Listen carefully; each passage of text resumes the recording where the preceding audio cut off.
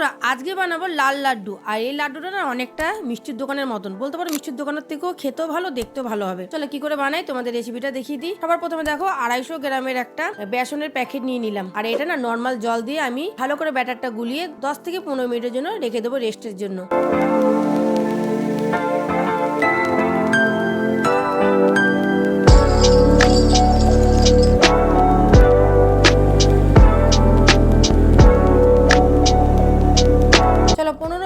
তোমাদের দেখাচ্ছে, এই দেখো ব্যাটারটা কিন্তু আমি এইরকম ভাবে গুলিয়েছি, না বেশি পাতলা না বেশি গাঢ়, এইরকম ভাবে কিন্তু গুলাতে হবে। আর দেখো আমি ফয়েলের মধ্যে নিয়ে নিচ্ছি। আর এগুলো কিন্তু বাজারে কিনতে পাওয়া যায়, কোনো অসুবিধা হবে না। তোমরা যদি চাও তো বোতলের মধ্যে দিয়েও এরকম করে বানাতে পারো। বোতলের মধ্যে ছোট ছোট 10 টাকার জলের বোতলের মধ্যে দিয়ে উপরে মুখটা ছিদ্র করে সেটার মধ্যেও করতে পারো। তো আমি বাজারে গেছিলাম দেখে তার জন্য আমি নিয়ে এসেছি।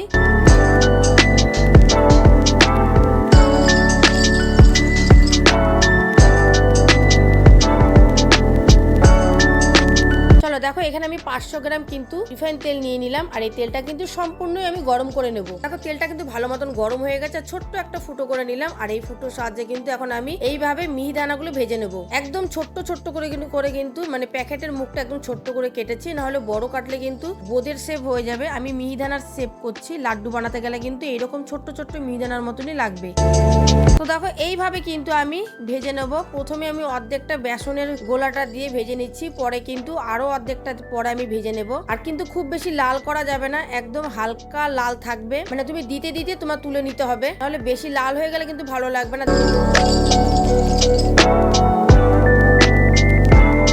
দেখো সবটাই কিন্তু আমি এইভাবে ভেজে নিয়েছি। আর এরকম দেখো ছোট্ট ছোট্ট কি সুন্দর মিহিদানার মতন হয়ে গেছে।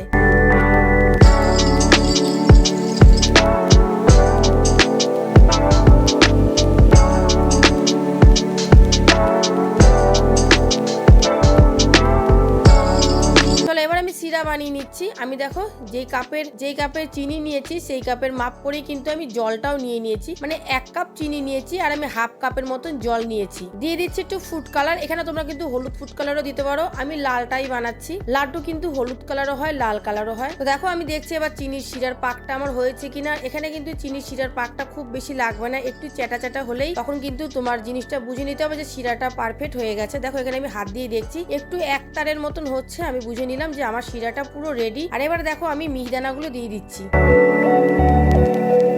এবারে কিন্তু দেখো ভালো করে একটু শিরার মধ্যে আমি নাড়াচাড়া করে নিচ্ছি। আর এখন কিন্তু আমি গ্যাসটা পুরো একদম কমিয়ে দিয়েছি।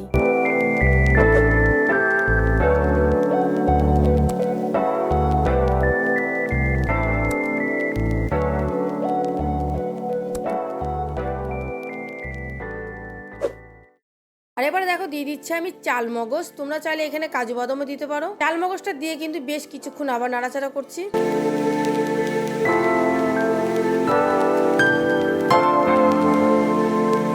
এবারে দিয়ে দিচ্ছি আমি হাফ চামচ গাওয়া ঘি।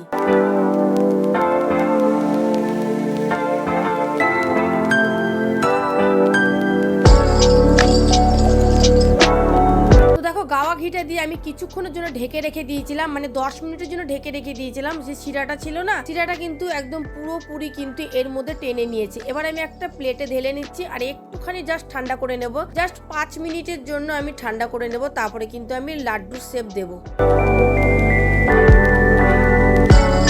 একটু আমি ঘি মাখিয়ে নিচ্ছি। এবারে কিন্তু আমি গোল গোল করে লাড্ডুর শেপ দেবো। এখন কিন্তু দেখো পুরো ঝরঝরা হয়ে গেছে। এবারে কিন্তু শেপটা কিন্তু ভালো মতন হবে। তো দেখতেই পাচ্ছ এইভাবে কিন্তু খুব সুন্দরভাবে আমি করে নিচ্ছি, একদম আমার হাতের মাপের যেরকম আসছে। তোমরা এর থেকে বড়ও করতে পারো, আবার এর থেকে ছোটও করতে পারো, তবে এই শেপটাই মনে হচ্ছে আমার পারফেক্ট, তাই কিন্তু আমি এরকম ভাবে শেপটা দিয়ে নিলাম। দেখো এক এক করে কিন্তু বেশ অনেকগুলো লাড্ডু হয়ে গেল। 250 গ্রামের বেসন দিয়ে কিন্তু আমার 21 পিস লাড্ডু হয়েছে। তো এবার চলো একটু সুন্দর করে সাজিয়ে নিচ্ছি। আর কতটা শক্ত হয়েছে তোমাদের আমি এখনই দেখাবো। আমি এখন 10 মিনিটের জন্য এটা রেস্টের জন্য রাখবো, জাস্ট 10 মিনিট পর তোমাদের দেখাচ্ছি, কারণ লাড্ডুগুলো কিন্তু এখনো গরম। সুন্দর করে সাজিয়ে নিচ্ছি, দেখতে কত ভালো লাগছে, তোমরাই দেখো।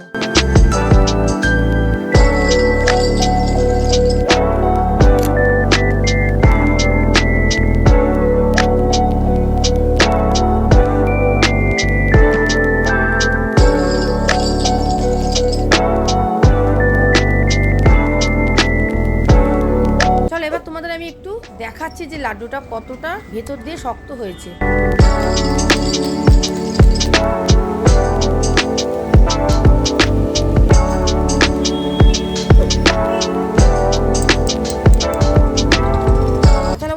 ভেতরটা দেখাই তোমাদের, কতটা জুসি দেখো দেখতে ভেতরটা। আজকের এই রেসিপিটা তোমাদের কেমন লাগলো অবশ্যই কিন্তু কমেন্টে জানিও, ভালো লাগলে একটা লাইক কমেন্ট আর শেয়ার করো।